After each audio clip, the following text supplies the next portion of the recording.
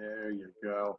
All right. I want to thank everybody for joining today as we are our second Zoom meeting of the Luncheon Society. And for those who haven't been here before, the Luncheon Society is a series of gatherings that take place in Los Angeles, San Francisco, New York, and Boston.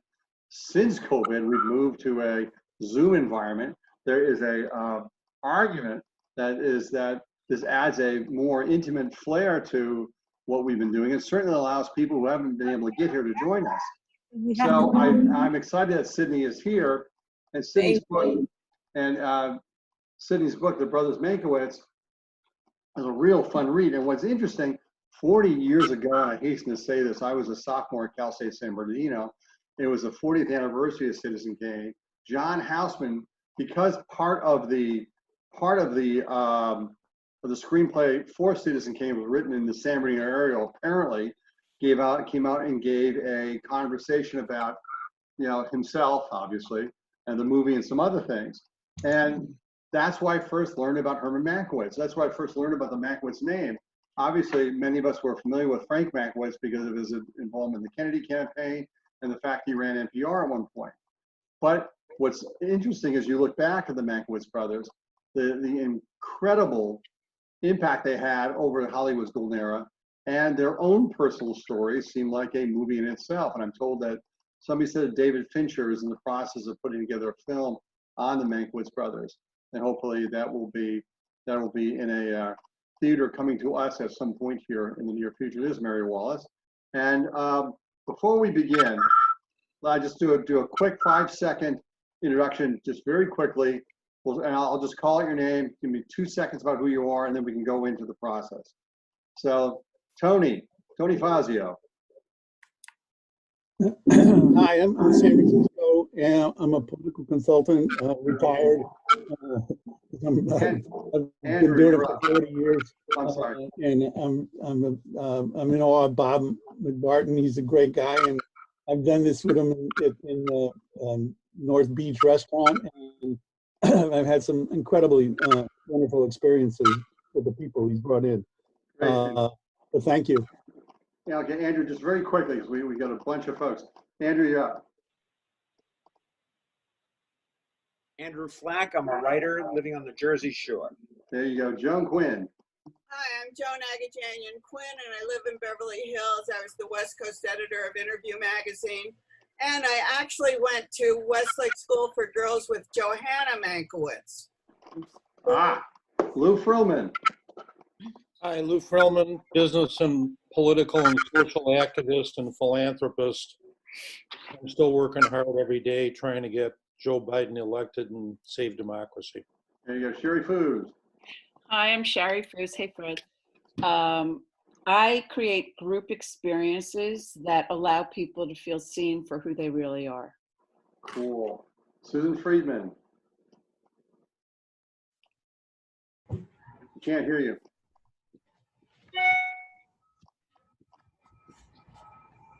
She speaks for those. Yeah, sorry, I just got it. No, I live in Los Angeles. I'm a friend of Sydney's, and I do real estate, and I've worked in film and TV, and most recently I've been a studio teacher, welfare worker with kids when that was going on. So anyway, Cool. So I'm excited about being here. Thanks so much. Fred. I'm a very successful has-been. There you go. That's what I aspire to. Martha. Hi, I'm an old Bob McBarton fan and one of the original people, and I'm an old Clintonista from Arkansas, and my claim to fame, and I'm now doing government affairs for SFO Airport. Berta. Hi, I'm Berta Santiago. I'm living in the garlic capital of the world, Gilroy. I'm retired public safety, and right now I'm on the national board of the Sister Cities International. Scott Feinberg. Hi, thank you for having me. Carrie Beauchamp was as a friend who recommended who connected me with Bob, so thank you for that. I write for The Hollywood Reporter, and I do our podcast of interviews with awards contenders called Awards Chatter. Michael Warner. Michael, I'm you're a up. semi-retired rocket scientist and proud grandparent of 3 beautiful granddaughters. Now, is the Spitzer telescope still up there? Is that done? It was retired at the end of January, Bob. Oh my goodness! Well, a man without his space telescope is a sad story. But you've Well, it was fun while it lasted. Terry, you're up. Terry Wade. Terry, yes, you're up. Hi, how are you? I'm a marketing and communications professional that specializing in working with nonprofit organizations in a variety of fields. And I started my career at what was then the Museum of TV and Radio and is now the Paley Center for Media. So I have a lifelong interest in film and television and entertainment. Great. Bert, you're up. I'm a lawyer and the owner of the oldest independent bookstore in Los Angeles, Chevalier's. Yay. Jonathan, you're up. Hey, John Levin, I'm a friend of Bert's. I was at CA for about 4 decades now producing, and I got to know Molly Mankiewicz recently, and I feel very honored to be part of that lineage. And Jeff Joseph. Jeff may have stepped away for a second. We'll jump over to Jeff. Molly, you're up. Hi, I'm Molly Mankiewicz, great granddaughter of Herman, and I'm here thanks to all of you, but John Levin and Bert. So I'm so grateful they told me about this in Sydney, of course, big fan. So I'm here to learn more about those people. Jamie, you're up.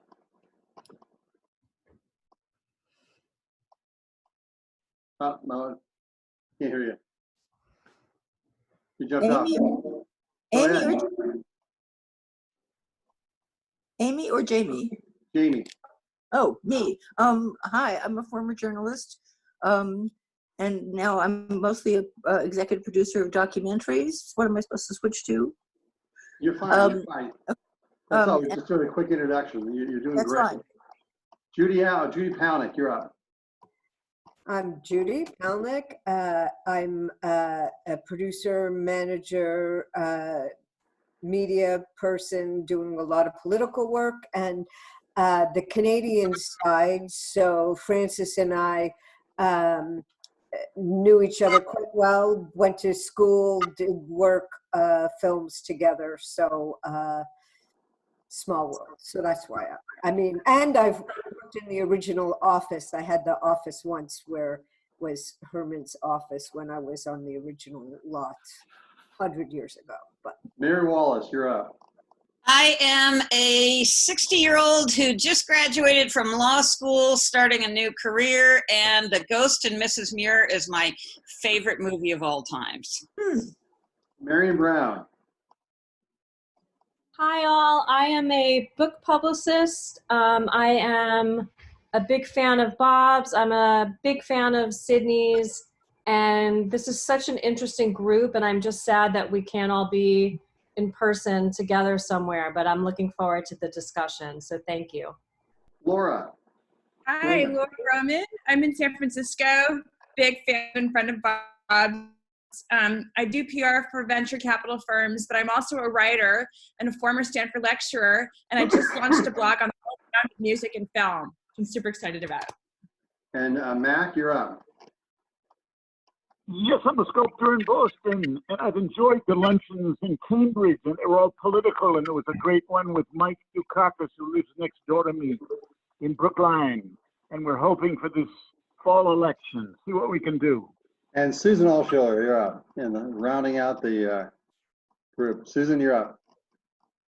I'm Susan Altschuler, and I'm sheltered in Century City, and I've done many of these luncheon societies, and I've never done Zoom before, so you can't see me. Can you see? You're doing fine. Can you see? There's any way to see everything at once? No. Okay. I know. Okay, so let's just jump up. Sydney, you're up. Give us the. There's more people on the second screen. Carrie's on the. Oh, there it is. I'm sorry. You're right. My second screen was misbehaving. Carrie, are you there? There's Carrie and Carla. Carla? Hi, hello. Yes. Hi, I'm Carla Singer. I'm a TV producer in New York, and I worked with two Mankiewiczes that were the next generation down. And I see Adam. Adam is on the phone. And I think, is Carrie Beecham still there? Bob, Yeah, I can speak for Adam because I think he's driving. he is. But Adam has an excellent film podcast called Film Wax Radio. So if you want to check it out, Adam Shartoff. But I think will. everybody on this call would like the podcast a lot. But let's not get him killed since he's driving. So Exactly. I think we've got everybody. So let's jump into this with Sydney. So give us the overview. Obviously, the people participating will be getting a book. They'll be getting a signed copy. But I think the subject matter in and of itself is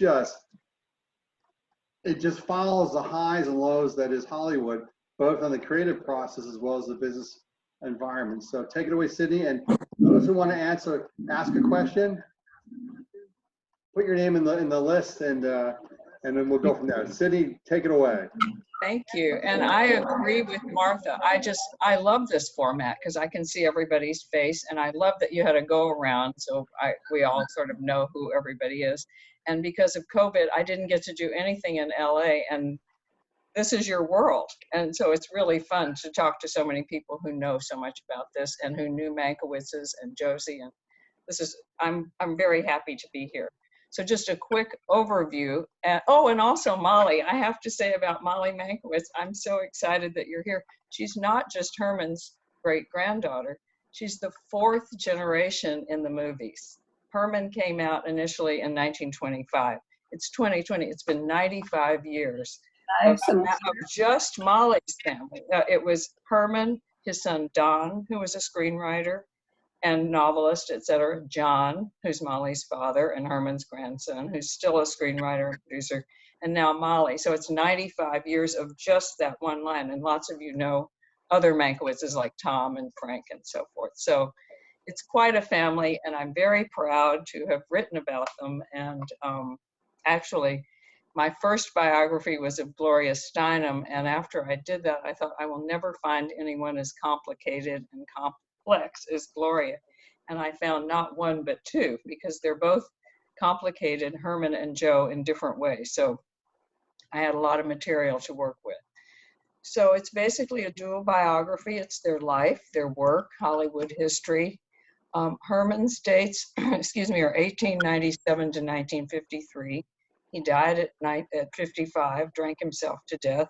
He had problems with alcohol and gambling and getting himself fired. He was charming, endearing, lovable, and a curmudgeon, and often didn't play well with others. So that was Herman. He was very self-destructive. He was originally a newspaper writer. He loved history. He loved politics. He loved theater. He was the assistant managing editor, the assistant theater editor working for George S. Kaufman at the New York Times in the 20s. And he wanted to write plays. And in 1925, when he came out to just make a few bucks in the movie business, to go back to his life with the Algonquin set, with the Times, collaborating with Kaufman and Mark Connelly on plays. He had no intention of spending his life in the movies. And yet, while he was out here, whatever, he was also the first theater critic of a new magazine called The New Yorker. And Harold Ross fired him.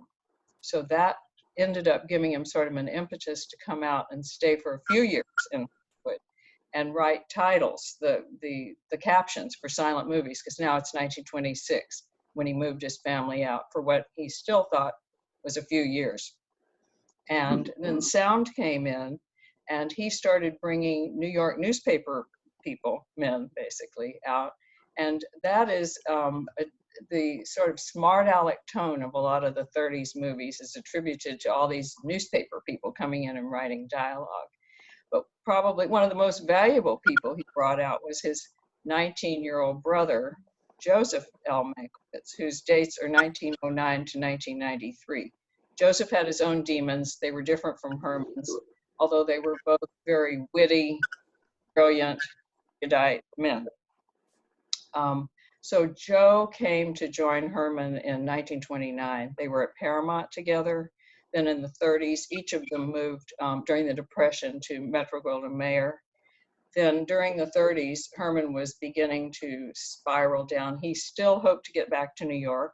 My original title for this book was When Life Louses Up the Script, because Joe would always say that, and I wanted to transmit that disappointment in their lives, that theme. But the publisher felt there weren't enough searchable words in that title. So now we have Brothers, Mankiewicz, Hollywood, and Classic. So I put heartbreak in the subtitle to capture that disappointment. Anyway, Joe at Metro-Goldwyn-Mayer was a successful screenwriter. They were always writers. That was their primary interest. And Joe went to Louis B. Mayer and asked if he could direct so that he could control what went up on the screen. And Mayer made him a producer instead, which he hated, but he was very good at it. One of his movies was The Philadelphia Story, for example. So in 1939, Herman was, now we're getting to the Citizen Kane part. Herman had been fired at every major studio in town. So he decided he would try to go back to New York and restart his journalism career. But on the way there, he was in a car accident, ended up in traction back in Los Angeles. And one of the people who visited him was Orson Welles. And out of that came, this collaboration that Herman would write the original script for what became Citizen Kane. And so that was 1941. In the 1940s, Joe then switched to 20th Century Fox, where he finally got to direct, and he was writing and directing movies. Directing not because he had any great desire to be a director, but because he was a writer and wanted to see what he wrote go up on screen. So during those 40s and the early 50s, Herman was drifting downhill, and then he died in 1953. In the meantime, Joe was climbing and becoming more and more successful. And in All About Eve, which you all know about, I'm sure, was the Academy's Best Picture of 1950, and it also won Joe Oscars for writing and directing. And they were his second two in a row, back to back. The year before, he had won for A Letter to Three Wives. And that's a record that hasn't been beat, and probably isn't likely to. So then Joe left, came back to New York, which Herman had always wanted to do, envisioning himself both writing for movies and writing plays, novels, whatever. And he was at the peak of his career at that point. And one of the sad, touching things about writing about people who've died is you see the whole arc of their lives. You know how the story came out. So I know that was the peak of his career. He didn't know that. And then so he had a few successful movies in the 50s, and then came Cleopatra. And that devastated him and really broke him. And that was, it was released in 1963. He died in 1972, but those last 20 years, he didn't have another movie produced. And he was 63. So now looking back, I'm not so young anymore. 63 seems really young to have not gotten to work more. But he was a broken man by then. So I'll just stop. I also wanted to add that Alex Mankiewicz, Joe's daughter, is hoping to come today. She's in Australia, which is 14 hours ahead of me and 17 hours ahead of you in California. So she's going to get up and hope to come on at 6 a.m. her time. So we might get to hear from Alex too. I think that's enough, right?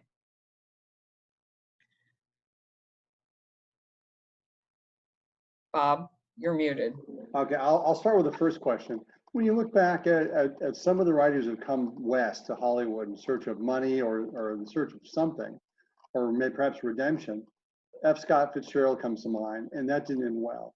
Herman Mankiewicz obviously comes to mind, and it ended in the end very painfully, but at the same time, a classic was written. Why were so many New York-centric playwrights crushed by Hollywood? Does it come down to the issue of control, where when a play is written, in many respects, the writer has more control over what shows up on the screen versus, or on the stage versus what shows up on the screen in Hollywood. Could you elaborate about that? Well, it's interesting because when I started, I thought, am I echoing? Am I echoing everybody else? You're okay. You're okay. Probably everybody else should mute while they're not talking. I'm going to turn my sound down and see. Maybe I'm getting an echo back.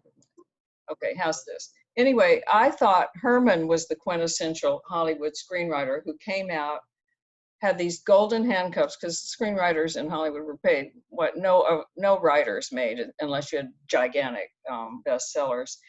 But they were treated like sausage makers. It was very depressing the way that writers were treated, and many of them came to hate themselves for prostituting their talents and were very unhappy. And I thought that was Herman's story. But once I did the research, Herman was self-destructive in New York.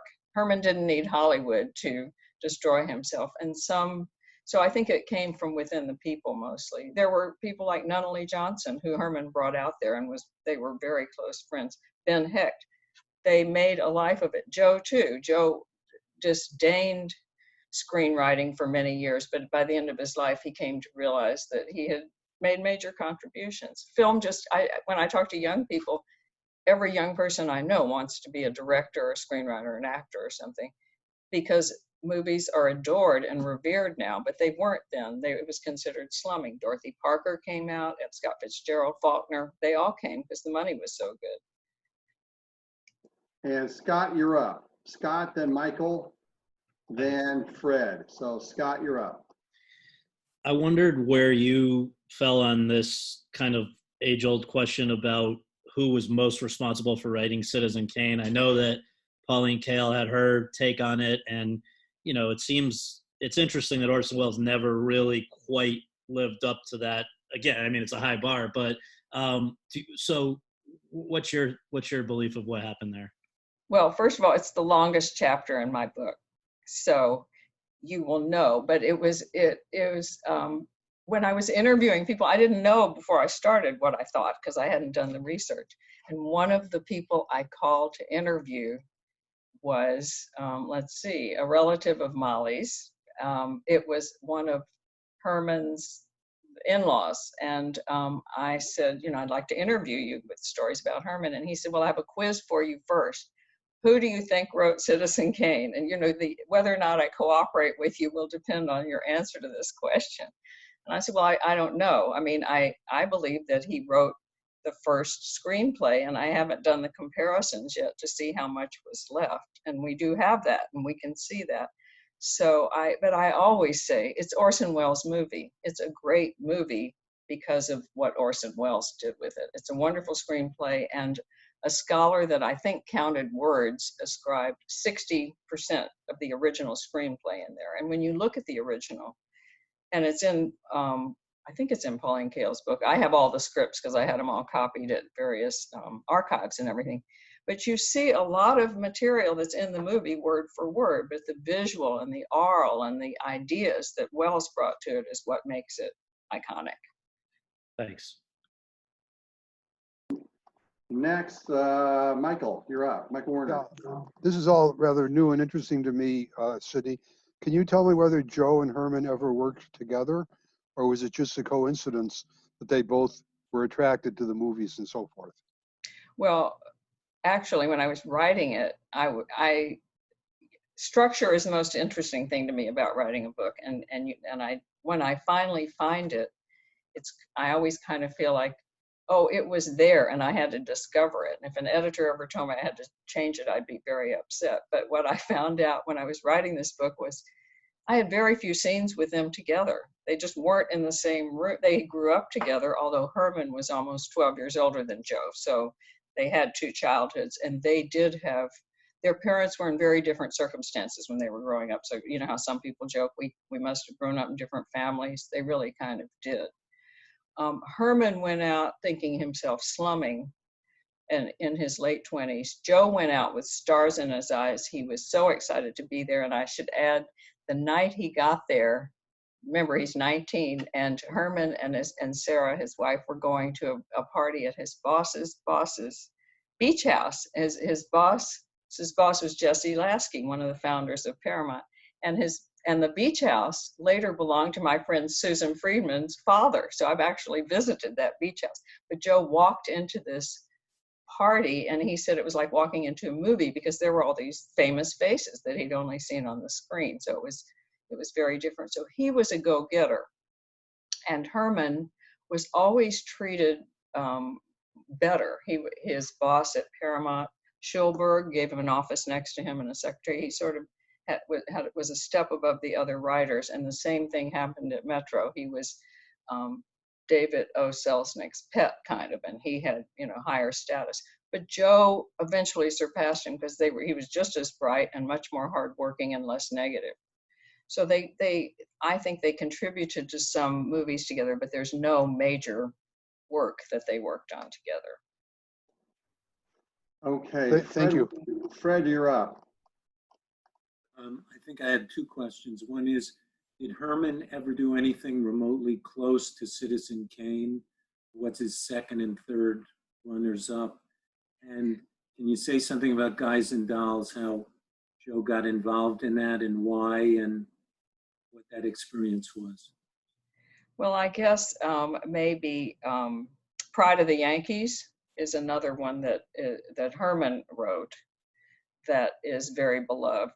And he was a co-writer. I mean, the problem with screenwriting is that you don't know it's certainly at the studio, people were contributing different things. He contributed to The Wizard of Oz. He's the one who said they should start in grays and go to color. But he did not have the career that Joe had.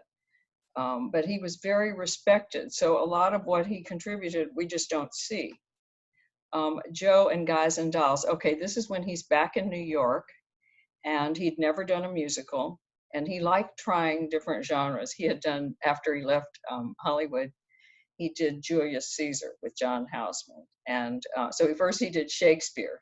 Then he directed a production of La Boheme for the Met. So I think he thought, oh, finally, I'm going to do these high-tone things. But Guys and Dolls was a huge Broadway hit. And Samuel Goldwyn paid, I think, $1 million for the rights, some huge amount. And so he wanted stars, 4 of them, and Joe, was pushing back. So it was a really interesting experience. He made it much longer than the play, and even he admitted later, he loved words, and he often put too many of them in his plays. And of course, Marlon Brando was the it guy right then. So there is Marlon Brando with the romantic singing lead, and Frank Sinatra, who had wanted that part, Sky Masterson, and didn't get it. So then he talked his way into getting Nathan Detroit, but he was very bitter and angry at Brando. So I don't know if that is what you wanted to know, but it was a huge hit. It was a big box office hit too. Laura, you're up. And then Jonathan, and then I'll go after that. Right. Hi, everyone. Hi, Sydney. Very quickly, would love to know, one, how you got interested in the brothers Mankiewicz. Like, what was the tipping point that made you so compelled to want to write the biography? And then 2, as a part of that, given that you're such a prolific biographer, would love to know a little bit about your approach to the writing process, specifically for biography. Okay. Well, thank you for that compliment. I don't think 2 makes me prolific, although I would like to think so. And I was looking for another subject, and I wanted somebody complicated and interesting. And at some point, a friend became the series editor for the Hollywood Legends series at my press, University Press of Mississippi. And he said, we're looking for submissions. And Hollywood biographies, Carrie can attest to that, there are people who know this field really well. There are writers, Vanity Fair, et cetera, who have huge, whatever the now equivalent of a Rolodex is. They have past interviews, they have all these contacts. They write a lot of them. There are academics and critics who write a lot of them. I kind of thought it was a closed shop on this area. People have been really nice. All the people who've been dwelling in this field for years have been welcoming and kind and supportive. And as far as my process goes, this was my other book besides the Gloria Steinem biography was about the toy business. I came out of Fortune magazine. So this book was the first time I'd written about subjects who were not alive. And it's the first time I wasn't mostly interviewing people. I was mostly in archives, and that it took me years, because not only do archives take a long time, you get one piece of paper at a time, you have to put on gloves. They're not open very many hours. And the main archives, Joe's papers, and many of the archives were at the Margaret Herrick Library in Los Angeles, and I live in New York. So it was just a long process. Orson Welles has a lot of papers, as does Pauline Kael in Indiana. So I was out there. So it was that kind of thing. And as far as putting it all together, other people work differently. I amass everything I think I can possibly amass. And it sort of then gets dictating what I'm going to say. Although some of it I don't know what I'm going to say till I've said it. And then there's cutting, the very painful cutting, which just seems to be a big part of it. The first draft is the hardest, but the second hardest is killing the little darlings, as someone calls it. You know, getting rid of that material you've slaved over, but there's just not enough room for it. Yeah. Thank you. Thank you. Hey, Jonathan, you're up. And one thing that's interesting, before we go to Jonathan, one of the nice things about the Luncheon Society is that we're able to take a subject matter, be it film, and cut it up into a variety of slices. For example, we had Roger Ebert talk about, obviously, Roger Ebert talk about film critique. Peter Bart talked about film reportage. We had Lawrence Kasdan talk about directing. We had, we had a fun one with Stephen Tobolowsky, who talked about character actors. And there have been a variety of other things too. So what this does is adds another piece of the pie. And that's why we're excited to have Sydney. So with that, we'll go on to Jonathan. You're up. And then I'll ask a question. What was the impact of being Jewish in Hollywood as Hitler came to power? I read, just quickly going through the Wikipedia page, that Goebbels had, basically targeted Herman Mankiewicz as a dangerous voice and wanted his name removed from, credits. So just curious about just generally how they both looked at themselves in terms of being not just writers of movies, but Jewish writers, and how the Jewish experience affected them both. That is a huge question, because it was a very big issue, both in terms of, in separate ways with Herman and Joe. And the reason that Herman was targeted, we're 98% sure this is why. In 1933, Herman took a leave of absence from work to try to get a movie made that would alert people to the threat of Hitler. Remember, Herman was really interested in politics and history, and he was very knowledgeable. And he wrote a movie, The Mad Dog of Europe, with two competing or two intertwined plot lines. One was about the rise of a man named Adolf Hitler. It's not very disguised. And the other was a little village that had it focused on a Christian family and a Jewish family. And so he's writing this in 1933, and all the points of the rise of Adolf Hitler were the ones that historians still look at as the landmarks of the beer hall putsch, et cetera, et cetera. So this was 1933, and yes, the leaders, the heads of most of the studios were Jewish, but they were afraid of this. He knew he wasn't going to get a major studio to produce it. He announced to the press that he had funding, and he went to New York to try to find it, and people were very resistant. Anti-Semitism really didn't have much of a bad name in those days among many people, and people felt they didn't want it. They didn't want the Jewish heads sticking their heads up. They didn't want to make them as targets. Also, people had no appetite for war, and so this would be seen as a call to war. That was 1933. I think when they said that, it was 1935, by which time Mussolini was also being called the Mad Dog of Europe. But that was Herman. How they felt about being Jewish, they were different about it. They were German Jews. They wore their Jewishness very lightly. And it's so complicated. I would just say, read that part in the book. I labored over it because I'm Jewish. And so I felt like, okay, maybe I'm approaching this wrong and so forth. But I gave it a lot of thought, and it's a really interesting question. I'm sorry to give you short shrift, but No, I mean, I'll spend the rest of the time talking about No, it. I want to read the book. That's a good reason to read the book. And I'll take a question now. When I look back at Herman's work, especially the uncredited work, it appears he was the original script doctor in Hollywood. When you look at the movies that he worked on, or like the example that you just gave for Wizard of Oz, who talked about the transition from black and white before Dorothy Gale goes off to her Oz adventures, and then obviously back to black and white when she comes back to Kansas. But walk us through some of the other things that he did, because it seems to me from a financial perspective, there's a great deal of value in being a Hollywood script doctor. Did Herman not see it, or was he so focused on being the toast of Broadway that he missed a golden opportunity to really to do two things? One, to create his own stuff and fix the messes other people have made. Well, first of all, a hugely successful script doctor is Tom Mankiewicz, who I think some of you might know him.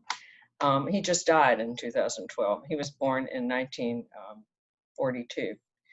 But this was after the studio system. When Herman was part of the studio system, he had a very healthy salary, but that was all. It wasn't like you could go off on your own and get these big bucks like script doctors do today. But yes, I think that a lot of accounts would say he had really good taste, or just a little touch of his humor or whatever would rescue a film. And he was, I forgot to mention this, he was the producer for Paramount for a couple of Marx Brothers movies, and he did supervise those scripts. And those Marx Brothers movies do not have plots particularly, because that's what Herman said. They don't need a plot. That's their humor and so forth. So he was instrumental in that way, but there was no way that would have been viewed as a viable profession, I would say.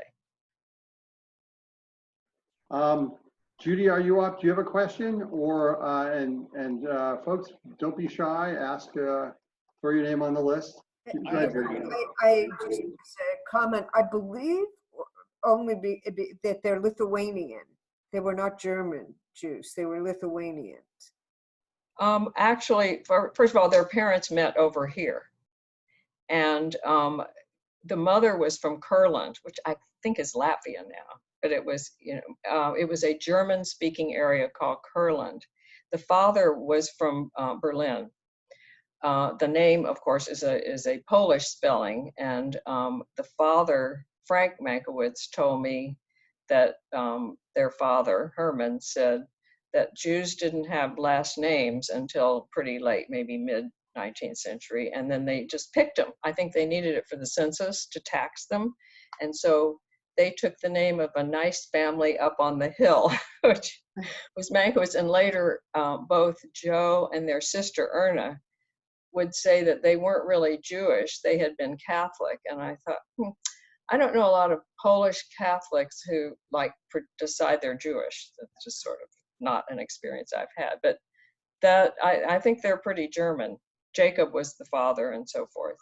Oh, for some reason, I thought they were born in the same town over from where my father was from, and they came over. And I had one other quick question. My understanding was because they were playwrights, when they came out to Hollywood, they were essentially brought out for dialogue and for story. Playwrights were, sort of a thing of bringing, was quick money to get to make, where theater was not. Well, Herman came kind of early. Herman came in 26, and what happened was, as dialogue came in, as sound came in, it became much more important, and so Paramount sent him east to find more people like Ben Hecht. He brought out Ben Hecht, who was so good. They said, go back and find more like Ben Hecht. So he was getting newspapermen. The playwrights went out because the money was good, and they went back. This was slightly later than Herman. Herman was they called it the Herman Mankiewicz Fresh Air Fund for journalists, or for newspapermen, or the Paramount Fresh Air Fund. But yes, they did come out, and some of them were proud of their work.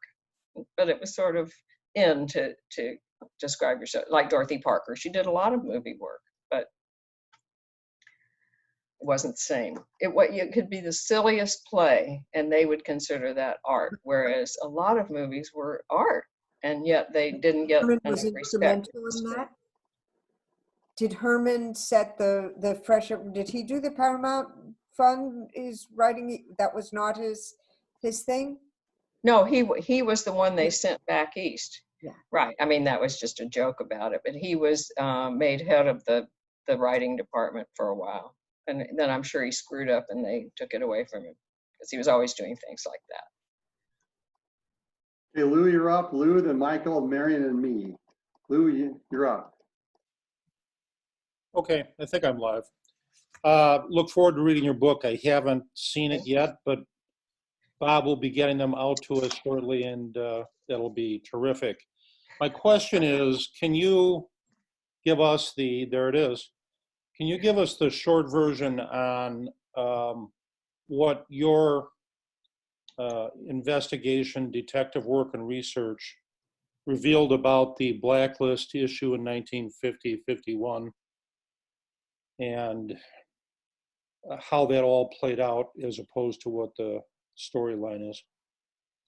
Well, my main focus, of course, was on my two subjects, although when you're doing a biography, you kind of have to read everything because you can't just take, like I was reading about Joseph Cotton and Citizen Kane. I went back and read his biography and everything. So I did read a lot about that, but my main focus in my research and in the book is in Joe's experience. And Joe in 1950 was president of the Screen Directors Guild. Right. And Cecil B. DeMille and some of his friends were very right-wing. Right. And they decided to impose a loyalty oath on all the directors. And because of certain laws, all the board members of the Screen Directors Guild already had to take this loyalty oath. I do not belong to an organization dedicated to the overthrow of the government or something like that. And Joe was in Europe with his wife on some Screen Director Guild business and just pleasure. And he came back to finding out while he was away, DeMille and his friends cooked this up. They were on the board. And so he was greeted at the ship with reporters saying, "What is this?" And so he was treading through this very carefully, and it came to a huge meeting in October of 1950, which Joe described as the most dramatic night of my life. And and Joe was not the political one. Joe was interested in theatrical history. Herman, who understood all the fine points of this, was not involved. And so Joe was, once he sort of didn't go along with the loyalty oath, they started putting out little, the equivalent of tweets, nasty things in the press about Joe. So he was fighting for his professional life. It was very scary times. And what he did was very brave, and he stood up against the loyalty oath. And basically, it was a very dramatic meeting with directors from all across the political spectrum, including John Ford on the right, but he supported both Joe and DeMille. DeMille sort of went haywire, and eventually they kicked him off the board. Joe ended up going back to being the president, but they did institute the loyalty oath. Joe wasn't, and as Joe told it over the years, this is one of the interesting things. As the country sort of moved to the left, Joe's account of this kind of moved Joe to the left. He'd been a Republican, although he always had good instincts about civil rights and race and all kinds of things like that. So suddenly he was a Democrat. The story just got better and better as time went on, but he was a hero at that time. He did stand up at great risk to himself. So it didn't really impact Joe, although I think psychologically, one of the movies he did in the 50s, The Quiet American, I think he was affected by it. So I hope that's the short enough answer. Thanks. Michael Werner, you're up. Yeah, I have a process question about your archival research. I have a niece who's a historian who said that as more and more archives become electronic, you lose the thrill of being in an archive and going off in a different direction because you came across something you weren't looking for. And I wondered whether in your archival research you had the experience of going in and saying, I've got to find out X about Y, and before long you were finding out A about B, which was actually a lot more interesting and relevant.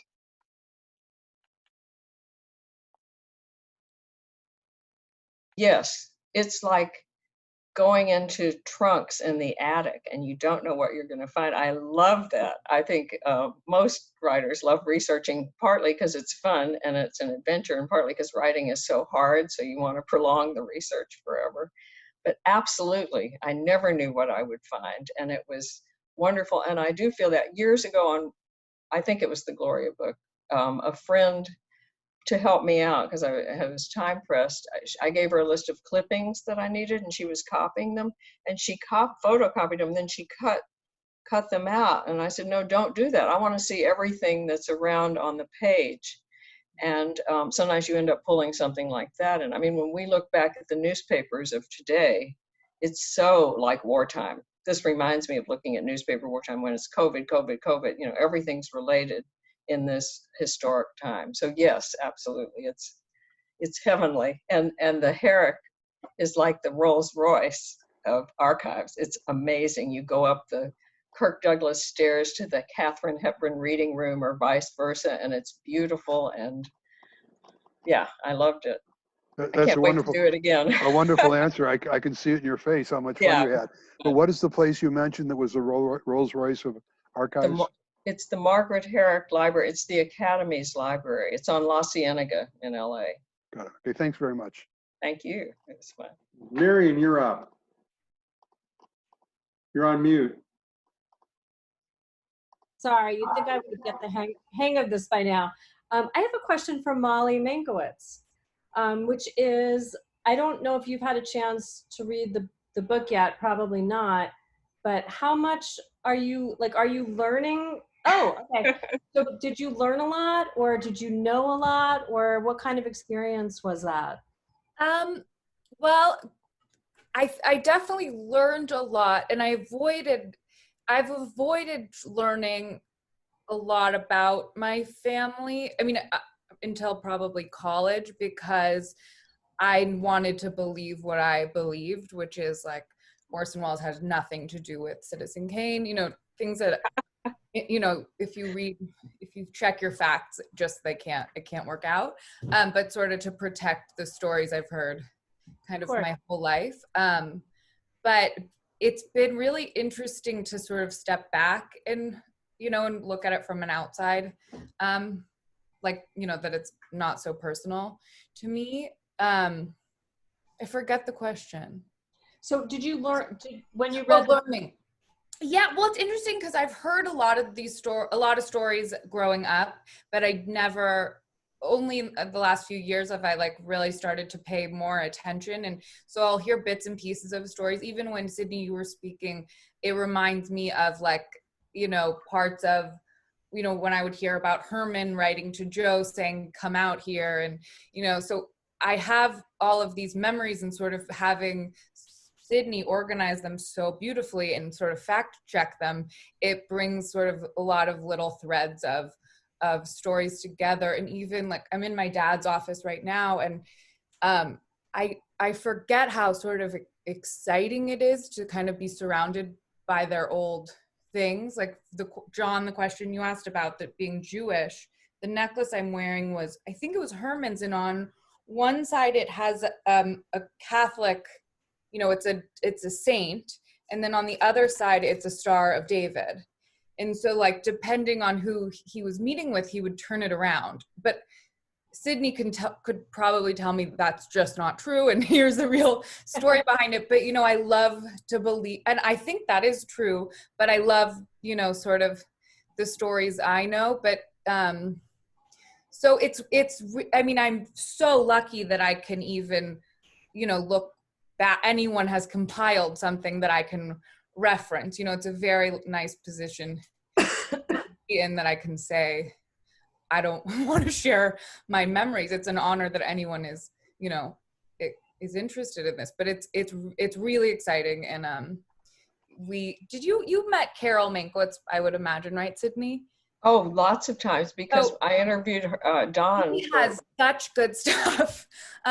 Like every couple years or months, maybe I get a new Mankiewicz item from Carol. And our most recent is this thing.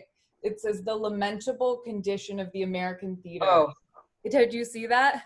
It's in the book. I quote it. Side by side telegrams. But so to answer your question, it's nice to have the stories I've heard a lot growing up confirmed, and then it's an interesting test when I want to fight back against the stories that are so clearly true. I have to sort of think, why are you so attached to believing that?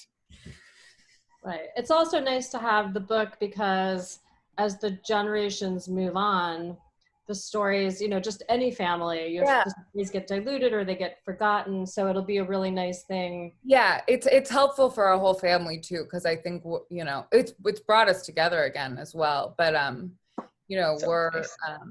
also I remember once my grandpa John, when he was alive, he was getting an award at the Writers Guild, and he gave this speech that I forgot until you were talking about how the generations are all writers. And he said, in every generation, I think the one above them thought that what the younger people were doing was just so beneath them. It's like went from writing, like literature to newspapers to Hollywood to like television, to Superman to, there was a joke that my brother and I would do reality TV. But my grandpa at the Writers Guild gave this speech saying that he was proud that he always advised all of his kids and grandkids to come up with a second, a backup job, which they never did. And so we're continuing in the lineage of no one has to pack their lunch for work. And I never knew what he meant until I realized that, I don't pack a lunch.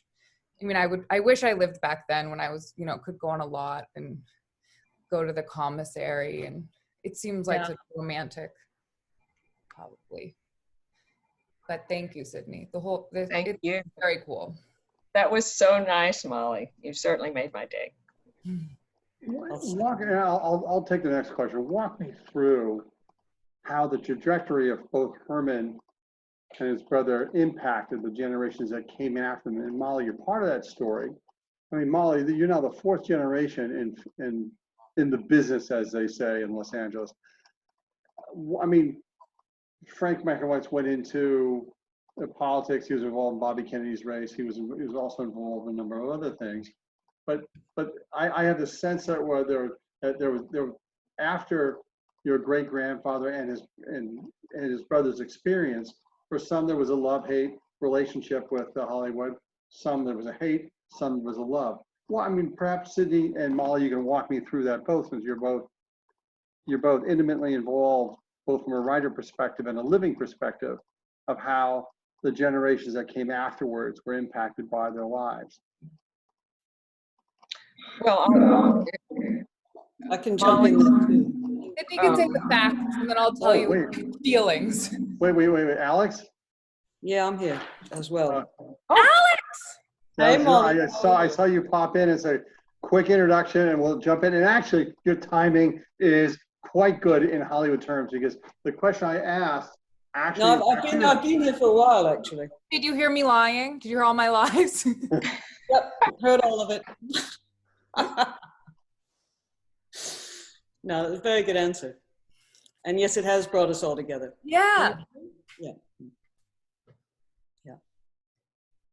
Sorry, am I interrupting? So back to the question. Walk me through things generationally, from both Mankiewiczes to the present, how the Hollywood experience. The first thing is the name is Mankiewicz. It's not Smith. It's not something that can fall into the woodwork. If you're in Los Angeles or is somehow entwined with the entertainment industry, you hear the word Mankiewicz, and the first question you ask is, are you related to fill in the blank?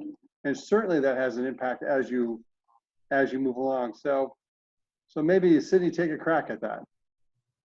Well, I was sort of going to do a little bit of a family tree, because Herman's family proceeded along sort of neatly generational lines. Herman was born in 1897. Don was born in 1922. His brother Frank was born in 1924, and their little caboose of a sister, Josie, was born in 1937. And then the children were born in the 50s and 60s, and Molly and her brother, et cetera, that are the next generation. Joe had 3 wives, and he had children with each wife. And Alex is the daughter of his 3rd wife. And Joe was born in 1909, and Alex's mother was born in 1929. So it was a very different set. Her first half brother was born in 1936. And then there are Chris and Tom, who were born in 1940 and 1942. So I think that gives you a structure, and I think that Molly and Alex would be better to answer that than I. As far as their relationship to Hollywood or thinking about Hollywood, Alex experienced her father for many years with this kind of love-hate relationship with Hollywood, which you're very good at talking about. Yeah, absolutely. I mean, the can you hear me? I'm not yet. It's early here. I mean, the love-hate, there's, I think the question sort of said, has it sort of come down and sort of, the generational, I mean, that started, as Sydney pointed out, I mean, that started from both Herman and Dad, as you will find out, that's almost what the book is about. They were, the love-hate they had with Hollywood was sort of the torment of both of their lives, and they certainly passed that down, I think, to all of us. I'm not sure whether that answers part of the question. I mean, I think it's something, it's like being, it's like being the child of a preacher. I mean, you never quite get away from the church. I mean, you grow up with it. So it's pretty hard to grow up with sort of, this being our lineage, this being Hollywood being what you grow up with, and suddenly say, gee, insurance looks good. I mean, I hope no one's into insurance out there, but yeah. So it's. I think a number of us have sort of, in some ways, tried to walk away from it, and then you get tangentially pulled back, and you carry the name around. That is very true. And Molly, you are in the business. Yeah. Well, yeah. I think growing up, like being on, ever visiting a set or being in a fancy office, I just wanted, like my own fax machine, and I wanted a director's chair. And it just seemed like that's what happens sort of when you grow up. But I think that's also a symptom of sort of living in Los Angeles when I did. And then I went to film school, and it really, I mean, of course, it's not a burden to have Mankiewicz as a last name, but it was intimidating at film school. I did not know much. I felt possessive of it, and I also felt like I didn't know what my teachers were talking about, and I thought maybe I'll be a lawyer. I mean, those are my two. I didn't finish college, so I couldn't have done that, but my brother writes, and I think it would be really, I don't know that I could write that. I like to be near writers, but the thought of writing, I think they're also, I don't know, Alex, you can agree or not, but the real writers, I feel like, in our family are tortured a bit and enjoy it more. I like a bit more nonsense in my life than I imagine a writer would. I have an idea of what a writer is, and it's, behind a closed door, and I don't know what happens, but it would scare it every time I've thought I should be a writer, I can't. It's a scary thing to. Well, I was always, yeah. So what you're saying is you want to direct. Not either. It's I really want to. I think it's a producer is what the thing that keeps making the most sense. But I feel just knowing how important words have been to every generation, and how important they are sort of to Tom. I mean, Tom is who I knew the best, and I loved Tom. But it was, I like to sort of feel like I'm protecting a writer. It feels like I'm, you know, that's what I was raised maybe to, you know, that's the skill I feel most, I don't know, comfortable with. And I think maybe that's called a producer, but I haven't 100% figured it out. Hopefully John Levin will help me own that. But yeah, it's interesting to, it also goes down in twos. Like I have a brother, and then there's Ben and Josh, Chris and Tom. I think there's some sibling rivalry that I'll say on behalf of Molly that she's a very intuitive producer, and that not just protecting writers, but she brings out the best in a writer. So we're working on a project now. It's an interesting true story, and it was the script was very well known on a certain level. It had been given an award by the Academy, but I think under Molly and the guy she works for, John Glickman, that the superpower that they have is that they push the writer to dig deeper and to bring out more of what was the writer's superpower, their own superpowers, in terms of filling out the character. And maybe it's not just protecting him in a certain way, but I think that there's a talent in enhancing things. And maybe that is what Herman did and Joe did in working with other writers, is that they were protective in giving them, in allowing them to have their best sides. And maybe on a certain level, being your own producer of your own work is not necessarily the thing you should be doing, because you don't have that third, party, saying, hey, that's a little bit too long, or cut that there, or do something there. So it's an interesting thing that the Joe story was, maybe he became too insular in a certain way. In what way? Insular? Insular in that, you're making your own thing, but sometimes I think that it's having a good editor or a good third person to say, I just read a script about Francis Coppola writing The Godfather, and he has Robert Towne come in at a crucial point, and he says, I don't know, I've lost my way here, help me out. And Towne says, he looked at the footage that had been put together, and he said, it's great, you got to trust your instincts, but there's one scene you don't have. And it was the one scene that was, Francis said, oh my God, you're absolutely right. So sometimes it's just allowing, I think, that's why Joe Mankiewicz is such a good producer. He was able to look at somebody else's work and say, you need that one scene, or that one character, needs to have He'd write it. He'd often write it. Yeah. I heard a story recently that Robert Towne was talking to a bunch of young writers, and he said, you better make your first draft the very best draft ever, because if it's not, Tom Mankiewicz will come in and rewrite you. Right. And I feel like Joe probably as well. Mm-hmm. But yeah, stories is something that I don't know. I just don't know how to write them. I'll jump in with the next question. This is kind of a what if hypothetical.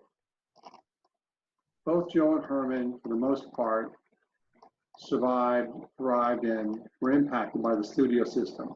Yet both were very proprietary of the art, which was writing and directing. How might they have done in a post-studio system, say later on, in that era of the, the 70s auteur? I'm trying to think of the guy who wrote the book. He's been on here on occasion, and his name escapes me. But how would they have done in an environment where they didn't have the guardrails of the studio system? Would they have been far better? Would their demons have gotten to them faster? And I don't know how. In the case of Herman, I don't know how to answer that one. That was one of the things that really impacted me as I was reading through the book, because because we're doing other Hollywood, we're preparing for other Hollywood related luncheons, and it was interesting how, and I'm kind of losing myself here a little bit, how the Hollywood system of the 1940s that were eroded by the late 1960s created a new Hollywood later on. Would they have done better in the new Hollywood than in the old? I guess it's the question I'm trying to ask. Well, I think Joe was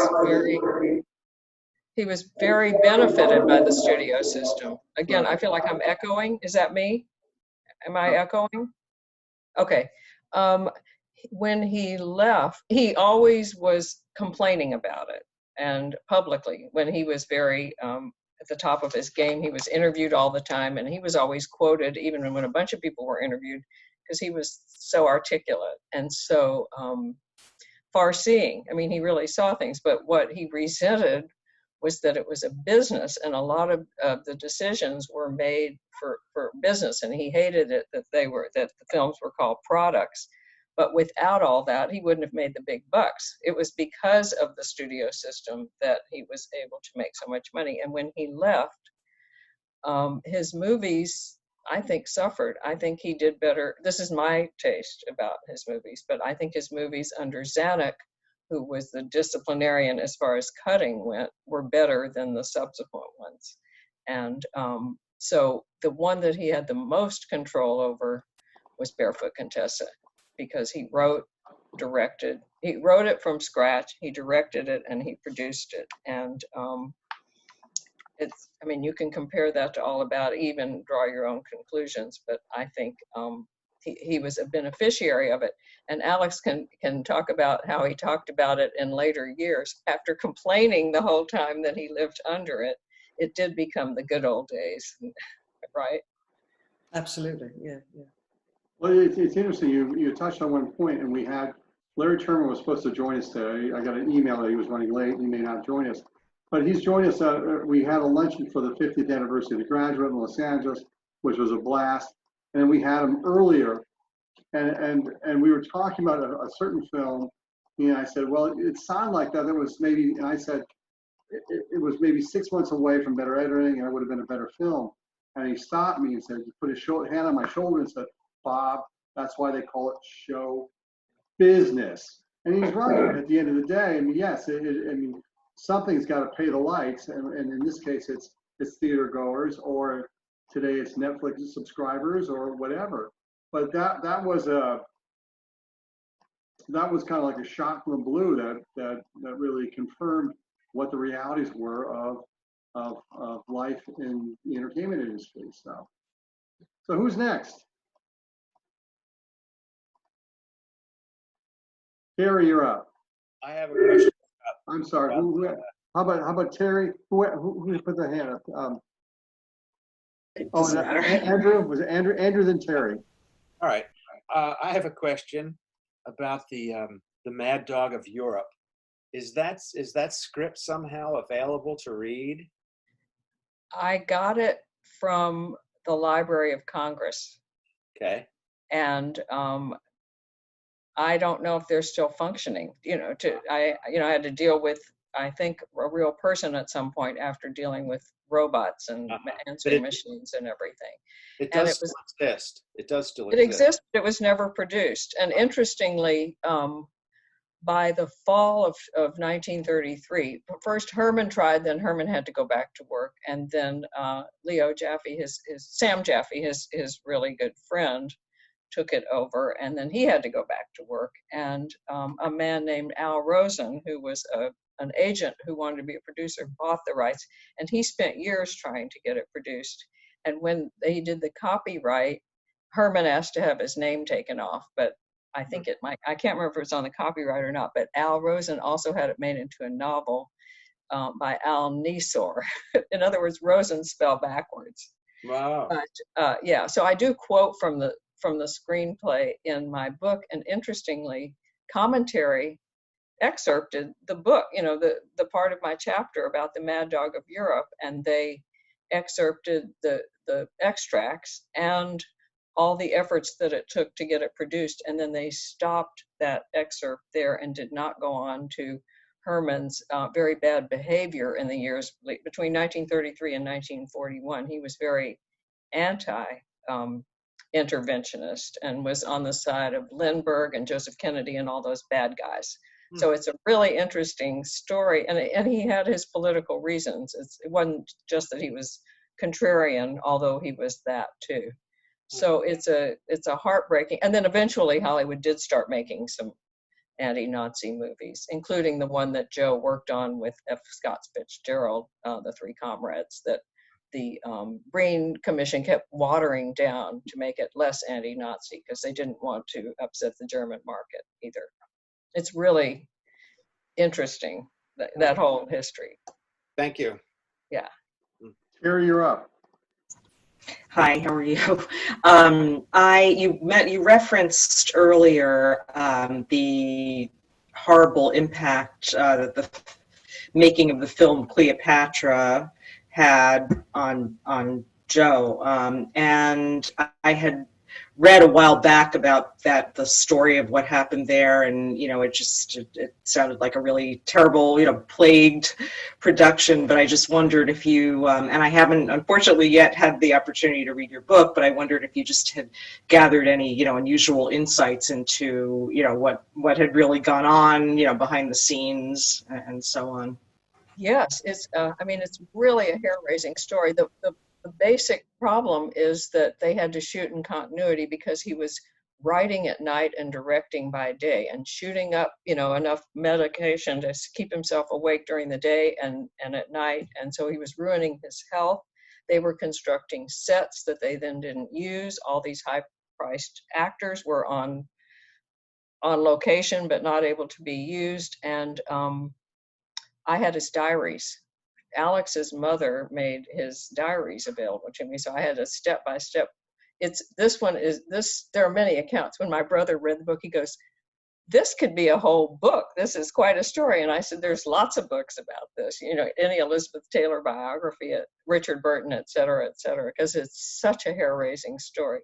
But so it was really interesting reading Joe's day-by-day reaction to it. And when Elizabeth Taylor and Richard Burton were falling for each other, Joe Mankiewicz would have picked that up in a second. He was so perceptive and so intuitive, but he was so overwhelmed with everything that he didn't till they told him.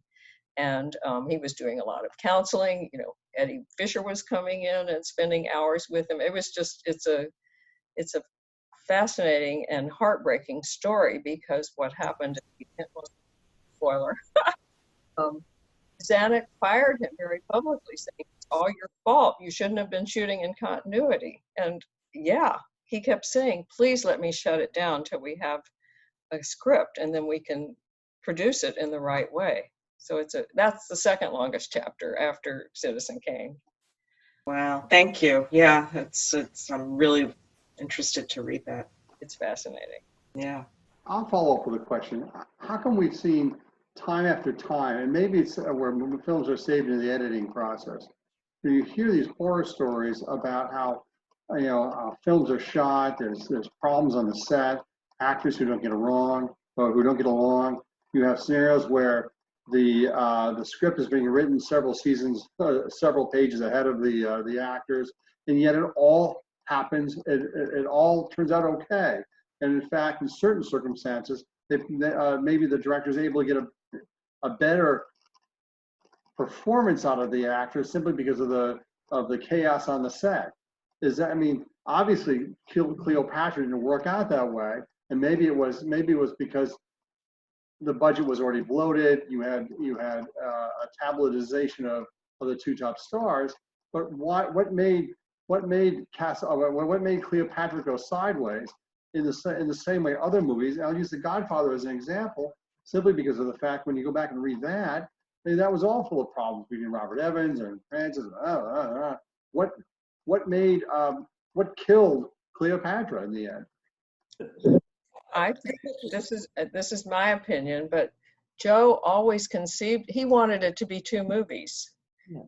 Julius Caesar and Cleopatra, and Antony and Cleopatra. And in one of his pleading memos. He said, you know, Shaw did it in 2 plays and Shakespeare did it, and why do we have to scrunch it all together? So he shot miles and miles and miles of footage, much of which is lost. And periodically I read things where people think there's all this lost footage somewhere, and maybe there is, I don't know. But what happened was then it was scrunched down, and not only was it edited to be about 3.5 or 4, I think it had an intermission, but then it kept getting cut. So you lost a lot of the Rex Harrison wonderful performance, and you know, it's sort of skewed the other way. So I think it did make its money, its cost back eventually, but it was disastrous for a long time. And it was Joe Mankiewicz, from what I can gather, he was a very orderly person. Everything was always prepared. And this was a nightmare in every way to shoot, to try to, Elizabeth Taylor wouldn't show up. She'd show up late. They'd be drinking. They'd take the day off. It was awful. And I think I love Rex Harrison in it, and Richard Burton's wonderful. I don't love. And Roddy McDowall. It's my taste. Yeah, Alex should talk, right? No, I was just saying Roddy McDowall. I mean, gave Yes. what he considered the best performance of his life, and you know, it's the performances. I mean, are good. Yeah, Burton as well. I mean, but a lot of it, as you said, ended up on the cutting room floor. A lot of it. It even ended up on theaters' cutting room floors. So evidently, different theaters cut it more so people could get home on the trains. You know, they'd slice parts out. In 2014, Lincoln Center had a Joe Mankiewicz retrospective, and they showed a beautiful print of it with some things restored. I don't know who did that, but that was Fox and Bulgari. That was the one that also showed in Cannes as for its 50th anniversary in 2013. It opened the Cannes, which is ironic considering what Dad thought about Cannes. But it opened the sort of the classics section of Cannes, and it was staggering. I mean, and Kate Burton was there, and one of Elizabeth's children, I was there, Mum was there, and Fox was so ironically, again, it was sort of was proud of it. I mean, it was this sort of homecoming for Cleopatra, their sort of, you know, their banner film. And it was a stunning, you know, the intermission was intact. It was and people walked out of it just saying, wow, I mean, not only is it a beautiful film, but they're like, that was a lot better than I realized. It's, you know, and the performances and you know, whatever dialogue he managed to actually write in that sort of 24/7 schedule. So it's not, you know, it's not a bad film. So they were essentially at the end of the day able to reconstruct Cleopatra in the same way that Touch of Evil, especially with the opening long shot, was reproduced about 15 years ago. Is that so? It is able to restore the film to what the director producer really thought it should be, as opposed to what a studio exec should be. So help me understand. They restored the print. I mean, to really a beautiful, you know, the color and the sound, and I mean, they brought it back. So, you know, and they brought it to the longest theatrical release it ever had. But as Sydney just said, that's missing, you know, a couple of hours. I mean, it would have been an epic undertaking. But it was, Dad's concept was 2 films, and they would have been 2 long films. He always made long films, but I mean, it would have been Antony and Cleopatra, and then Caesar and Cleopatra, and ahead of his time, you know, whether it's Lord of the Rings, whatever, he, you know, the concept of shooting basically 2 films at the same time. It could have been screened where you go and have dinner in between, or you come back the following day and see another one. I mean, that was his ideal. That has never been found. That footage, you know, which that's never been found. So Alex, then, and I'm sorry, there's one more person who's going to ask a question. So say in a Netflix environment where you have the ability to expand time and space, one can argue that your father would have had the solution he wanted. Oh, Netflix would have been his dream and a disaster, because he would have gone. Yeah. Yeah, no, I mean, that wonderful kind of like, oh, yeah, let's make a, you know, you see it with, I mean, with Scorsese's Irishman and things. I mean, that could never have been done a few years ago. I mean, just the sheer length of that film, you know, there's no way the theaters couldn't have run that. It wouldn't have been economically, you know, viable to run that. So who's next? There was somebody I had talked over. Everybody's quiet? Well, we are getting to the end of our 90 minutes. This has been a ton of fun. I'm going to be reaching out to all of you folks to make, you know, for the book payment as well as your address. Here's what we're going to do. I'm going to send a truckload of book plates off to Sydney. She's going to sign them. As soon as she gets them back to me, which will be soon, I'm going to turn around and send the books off to you folks. So it'll be a lot of fun. And you know, there's something cool about I'm enjoying this.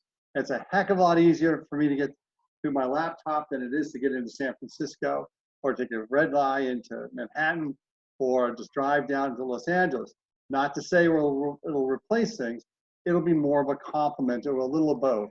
And certainly during COVID, I think this is what we're going to do.